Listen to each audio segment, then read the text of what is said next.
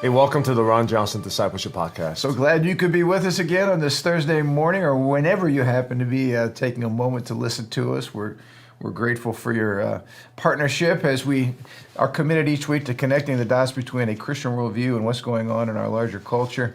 And speaking of what's going on in our larger culture, I got away from our larger culture this last week and created a zero culture where I was able to just relax, not have to think about anything, and got some good R&R. Did you get some sun? Is it pretty nice down there? I got some sun. Okay. It was like in the 80s. The sun was out, that big glowing thing in the sky that we don't see around here in Indiana too much. Replenish your vitamin D for the whole year right there. Oh, man, I'm good. I'm feeling so good. And I sat there poolside and watched a great Living Stones worship service on Sunday. Our worship team was off the charts as always. And I loved your bless you. Yeah, excuse me. I loved your use of some media, and we got to see your gymnastics skills. Yeah, well, it's funny because third service, we actually had some gymnasts there. Oh, no way. And I was tempted to actually ask, because I know some of them, like, they could probably show off really good.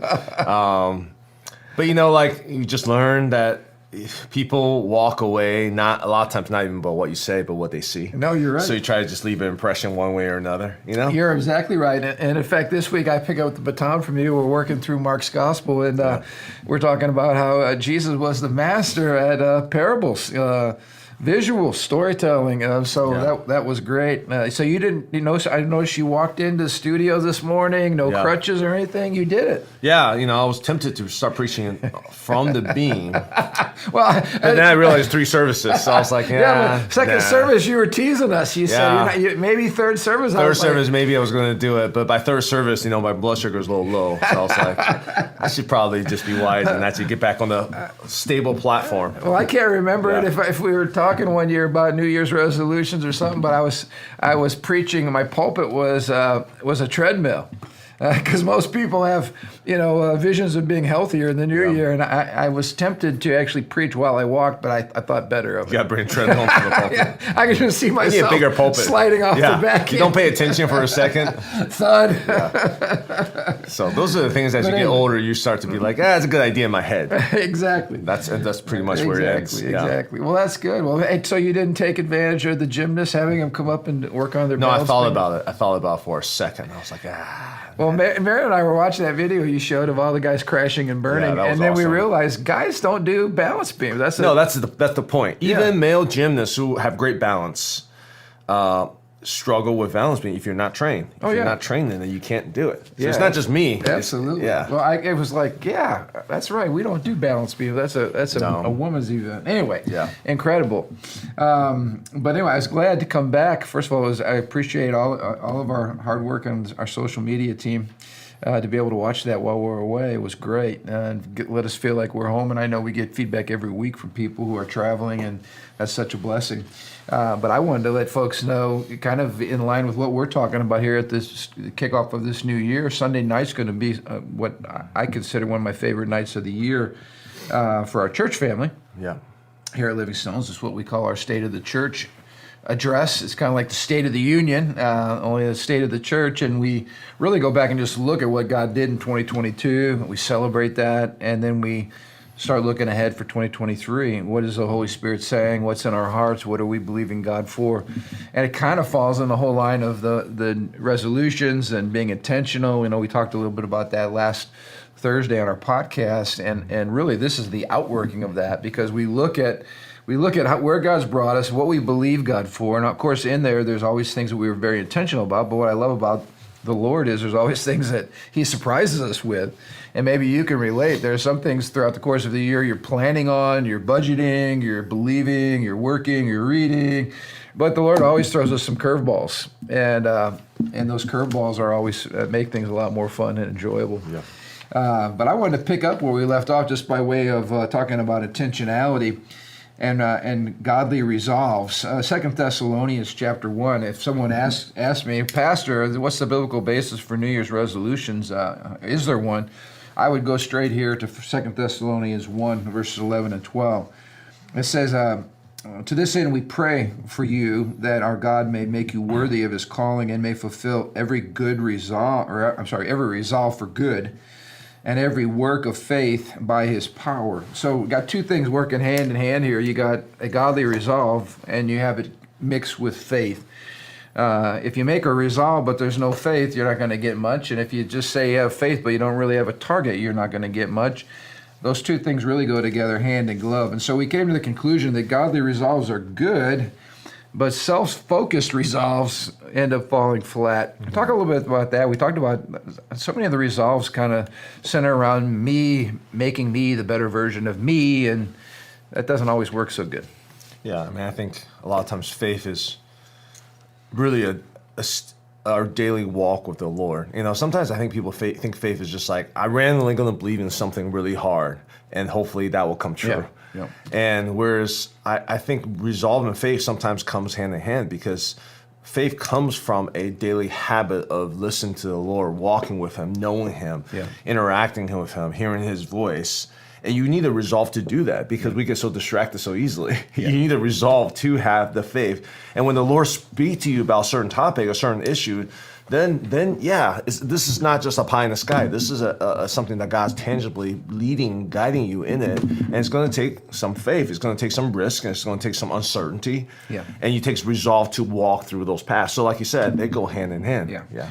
And I think sometimes we lose sight of what we resolve, because, if you're after the six-pack, that's great. You're going to do your sit-ups and you're going to work on your core because you're going after the six-pack. But at the end of the day, what difference does your six-pack make in the larger world, or in the kingdom? Not a lot. And so I think, again, all these focuses on me, a better me, end up falling flat, because I'm not that exciting, I'm not that big, I'm not that worthy of my full investment. And I think it kind of gets us back to the point we made too, that really resolutions are about stewardship. Who is it that God made you? What has he called you to do? And how are you partnering with him for things that really matter, not only now, but eternally? Mm-hmm. That's better than just trying to get a ripple. I always tell people, I got a six-pack under there. I just can't see it anymore. I got more like a kegger going on my belly. But there's things more important than my six-pack. Well, I think you make a good point. I mean, a lot of our personal improvement resolves are just swayed by the culture. It's kind of what people say. New Year resolution has become such a trendy topic. Whereas, like I said to people, like for me, I guess if you never have a resolution, this is a good time to start. But man, the Lord's always giving us new challenges and new pushes and new visions and revelation. That's why I don't wait to the New Year's for a resolution. I feel like I make a new resolution all the time. The key is to follow through. Yeah. And again, tying to your daily call, tying to your holistic journey is key. It's not just this trendy one-time thing of self-improvement. It's like, no, what is God's call for us in the larger picture, and how can I fulfill this vision that God's given us? Building it into a lifestyle. I like what you talked about last week too, about kind of a routine. These things just don't happen. You got to make choices, and you got to put things into your schedule, and then you got to follow through, and you got to be disciplined. Yeah. I like the balance we find with the Apostle Paul on this whole idea of partnership between the Lord and us, between having faith and then having resolves and actually working toward those. This is 1 Corinthians chapter 15, verse 10. Paul says, "But by the grace of God I am what I am, and his grace toward me was not in vain. On the contrary, I worked harder than any of them, though it was not I, but the grace of God that is with me." This is an amazing passage, because Paul's saying he's not doing it in his own strength. He's doing it by the grace of God. But yet on the other hand, he says, I'm working harder than anybody. Well, this is kind of hit the point I preach on Sunday, is that tension, that balance you have to kind of ride, right? Yeah, on one hand is self-achievement and self-determination. On the other hand is this utter dependence on the grace of God. Yeah. And Jesus is able to walk that balance perfectly. And we're called to walk that balance. And some of us leans more grace and more faith, and I'm just going to believe, but I'm going to sit on my couch while I'm believing. And someone else might lean more self-determination, but then they kind of forget about God. Yeah. And Paul has, again, a great balance of resolving to work hard. I mean, Paul was a hard worker. If you read the book of Acts, man, he worked hard. Yeah. But he has this utter dependence. And God also helped him by giving a little thorn in the side, just to kind of keep him humble, too. Yeah, that connecting point, to keep him coming back. I love what he says. He wants to make sure that the grace of God is not in vain. God's grace towards him, not in vain. In other words, God has all these resources that he wants us to access. And this is good, maybe a good reminder for those of us that are really looking at some significant change, wanting transformation, wanting to be more available to the Lord. You know, it's the superabundant grace that's available that Paul says, don't make it something that's used in vain or not used at all, wasted. Make sure we learn how to access the grace of God. Well, I think that's one of my, key parables in the Bible when you talk about the parable of the talents. We in America, just by comparison, I don't care who you are. You living in the United States of America have been given so much grace, access to resource, opportunity, challenges. Yeah, it's not all equal. Everyone is not all equal, but just compared to everyone else in the world, we have been given so much grace. Yeah. And that in itself, as a Christian, says we need, above all other things, we need to be working so hard to steward the time, the resource, the luxury that we have, Absolutely. And I think Paul really hits on that. Yeah, no, that's good.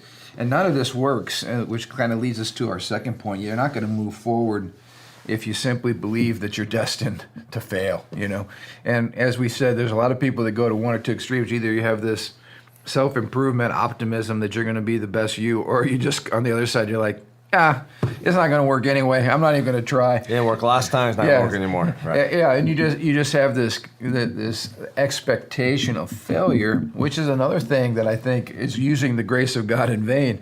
We should not have an expectation for failure in the church, and yet many churches have very small visions. They don't take any risks. They play it safe. And if anybody does have enough courage to step out in faith, there's 10 people ready to, clobber him on the head, knock him back down, put him in his place. I love the passage in the Bible. It talks about the power of belief. Of course, we all have read about the 12 spies and Caleb and Joshua who had a different spirit about them. But the Bible says Caleb quieted the people. They were all in an uproar. And he said, let us go up at once and occupy it, for we are well able to overcome it. Then the men who had gone up with him said, we're not able. They gave a directly opposite report. We're not able to go up against the people, for they're stronger than we are. So they brought to the people of Israel a bad report of the land that they had spied out, saying, the land which we have gone to spy out is a land that devours its inhabitants. All the people that we saw are of great height. And they saw the Nephilim, and they said, we seemed to ourselves like grasshoppers, and so we seemed to them. This is crazy to me, in that you have a situation where people can go through the same journey, same experience, same promises from God, and yet have two completely different outcomes. And the sad thing is, I've seen this to be true. If you believe you can do it, you will. If you believe that you can't do it, you will. You won't be able to do it. Whatever your expectations are and whatever your beliefs are almost become self-fulfilling prophecies. So as we're going through life, and I know we've seen this even as we approach certain things here at Living Stones. For instance, we all live in the same America. We all read the same news. We all experience the same economic realities, whatever the challenges are. But you can look at two different people or two different churches. How they respond to what's going on can be night and day. And you could have two different, completely different outcomes based on simply the expectation of either we're going to succeed or we're going to fail. Again, back to the power of beliefs. Yeah. Caleb says, let's take it now. We can conquer it. And the other guys say we can't. They're too strong. The land devours us. The people are huge. There's giants in the land.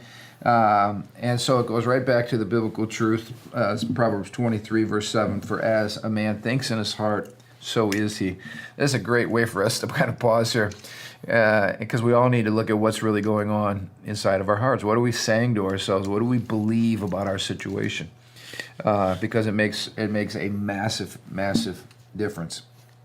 I think a lot of times the problem is we don't ask ourselves that question, what do we believe ourselves? We basically formulate our belief about ourselves based on what everyone else says about us. Yeah.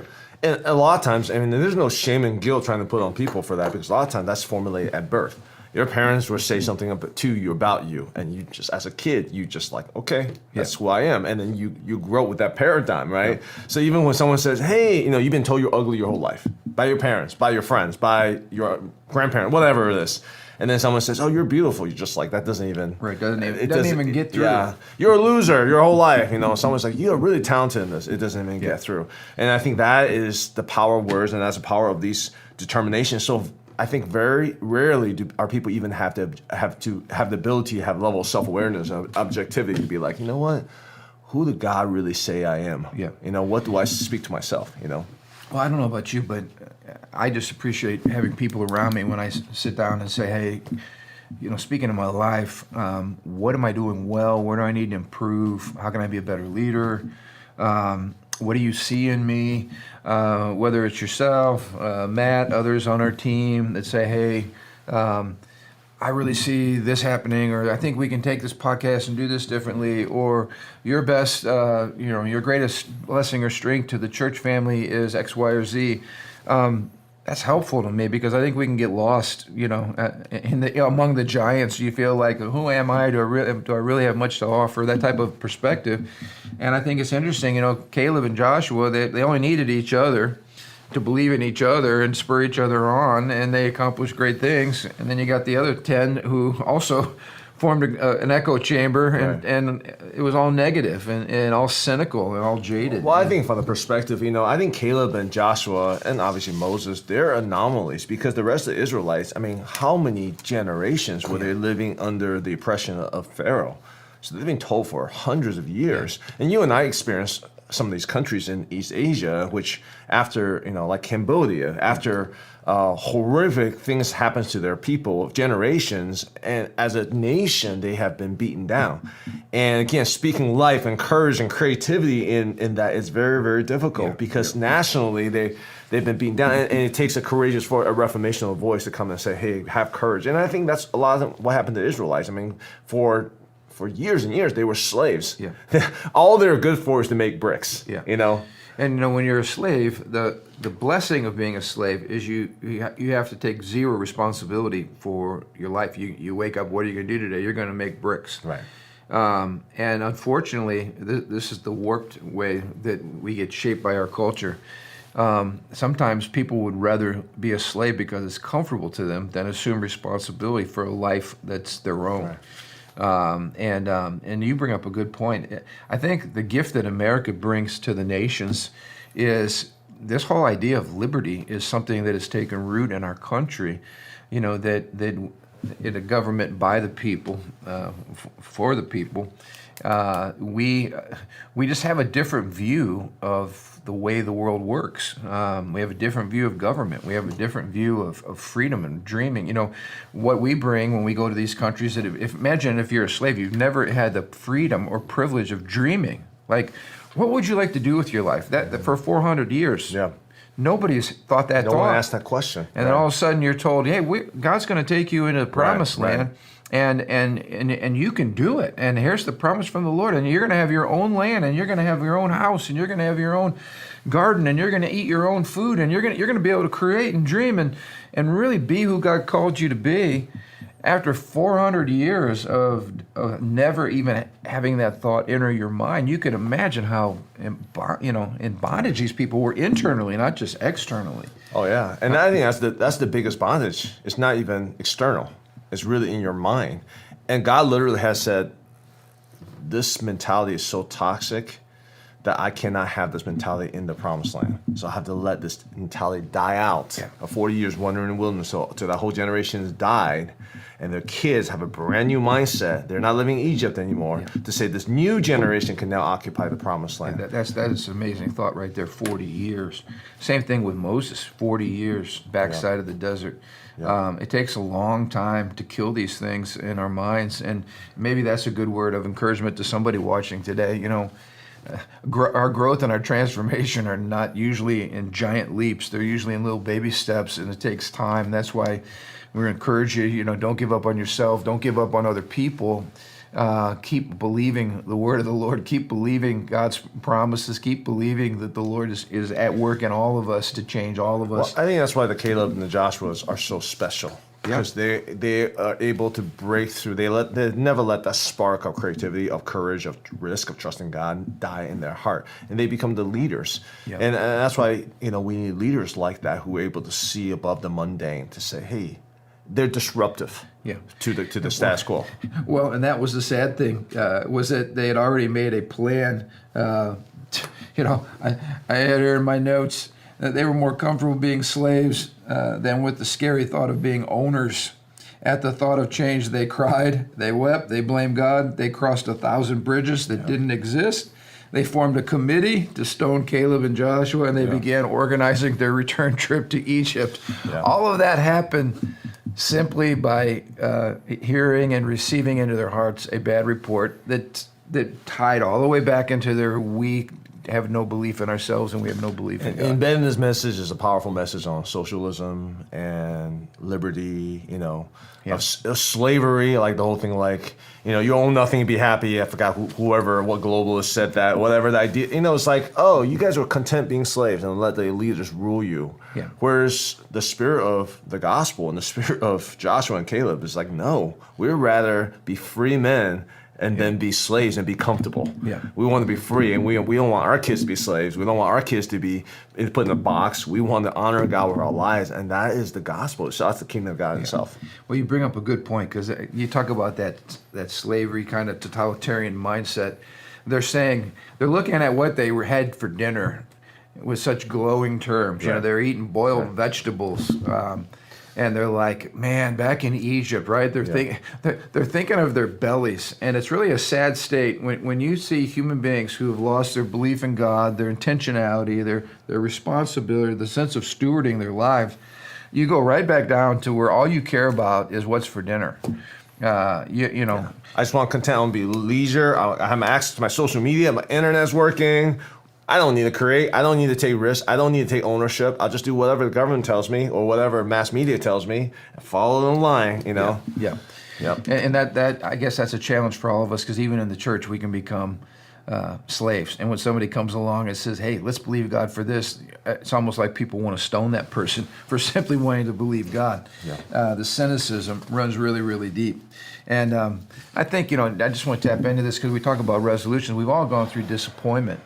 And it's important to remember that the past and your disappointments only exist in your mind.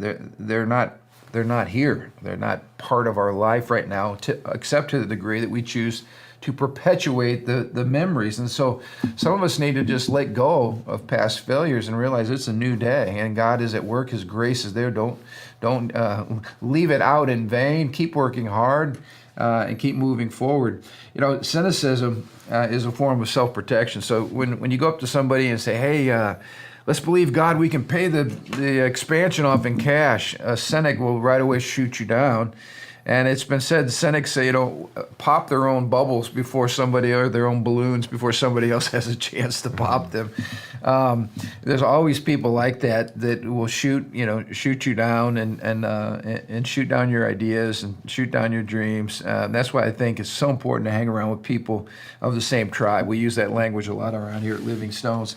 Don't be a part of the balloon popping tribe, and don't be a part of popping somebody else's balloons and their dreams. I think that's an issue to me, really, of the balance, because I also see people with all kind of vision and talk, right, and then they never put feet to it because they haven't counted the cost. So it's interesting. Jesus asks us to have faith, but he also says before you build a tower, before you go to war, count the costs. Yeah. Make sure you know where you're signing up for. Yeah. Well, we talked about, self-awareness is huge. And if I'm saying, hey, you guys, I'm gonna make the Chicago Bulls basketball team this year. I'm so excited. I'm gonna train. I'm gonna work hard. I would hope that somebody would say, Pastor. Mm-hmm. You're not going to make the Chicago Bulls. Well, for me, it's like, I meet with like business guys who want to start their own business. Right, It's like I am never going to be the one who's going to be like, you can't do it.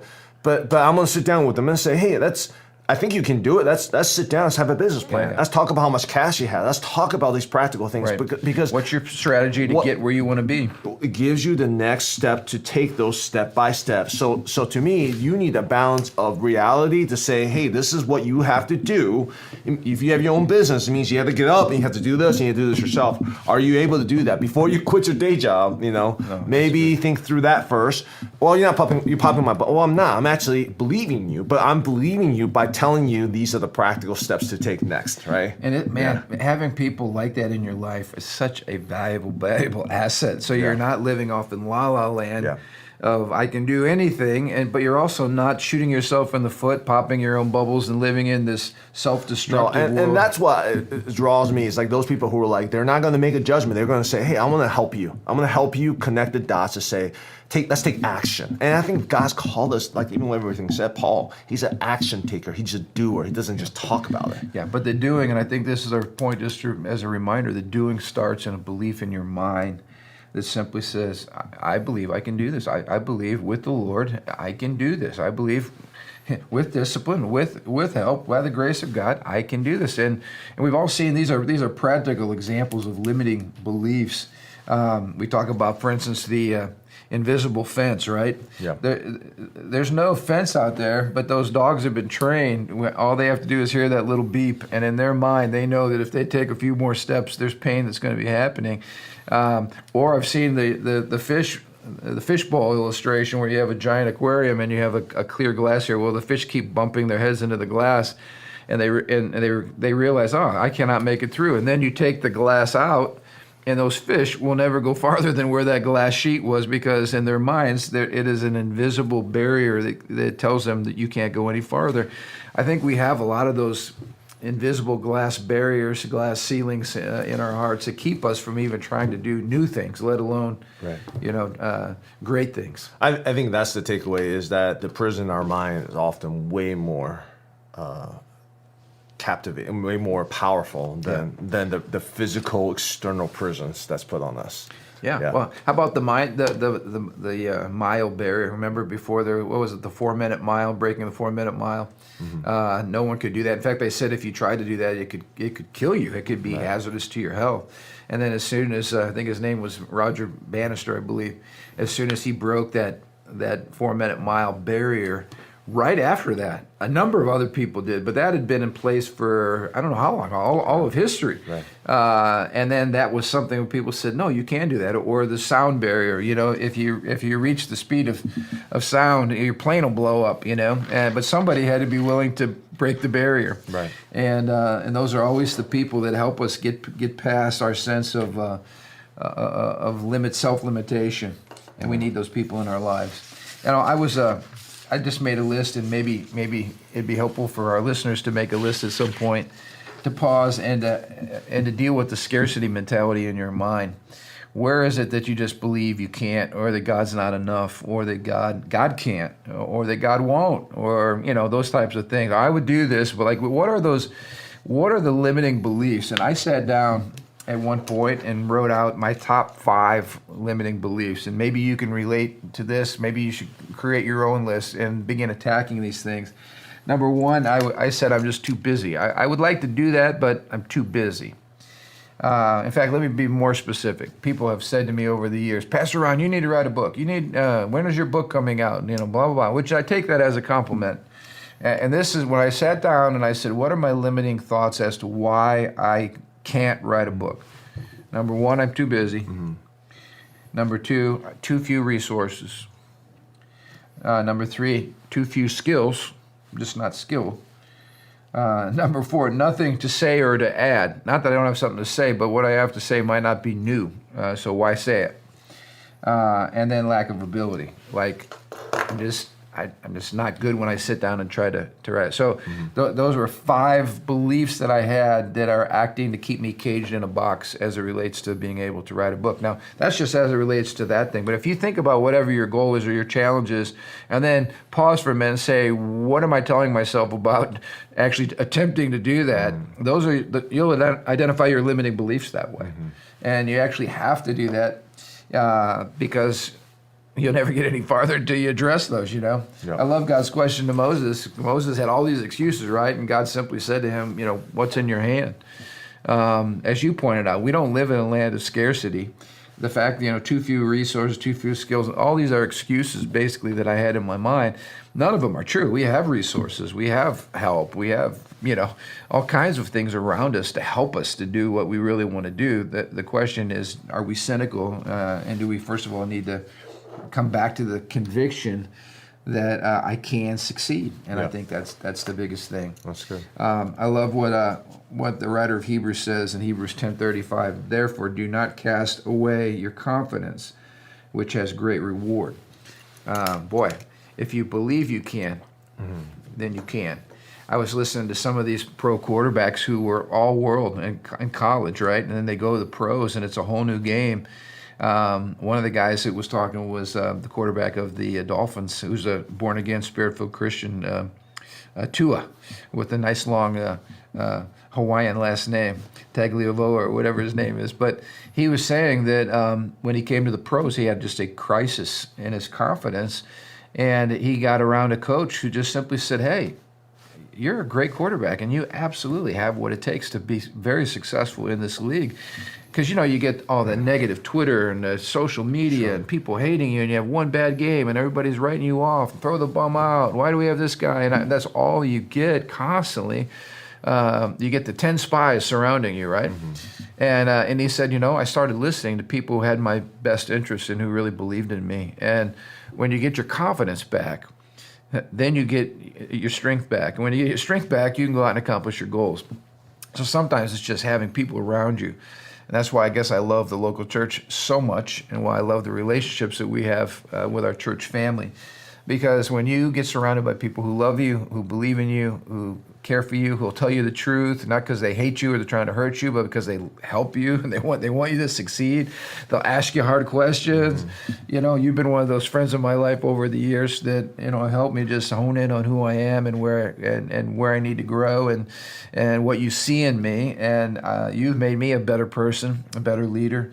And I'm just grateful for those voices around me, not voices that just are rah-rah voices all the time. You just need encouragers, but you also need people to say, okay, now let's roll up our sleeves and how do we get there? Right. And you've been one of those people, in my life. So I appreciate that, and I want to also encourage us. I don't alone get to just enjoy all of this.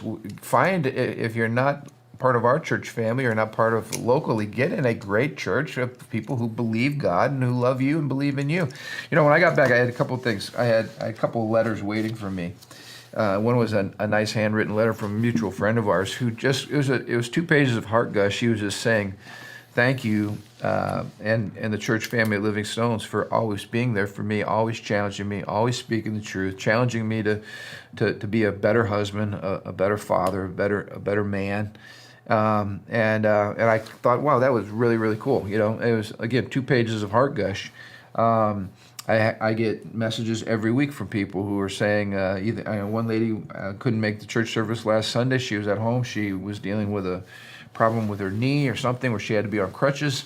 And during the service, God healed her. And she got up and there was no pain in her knee.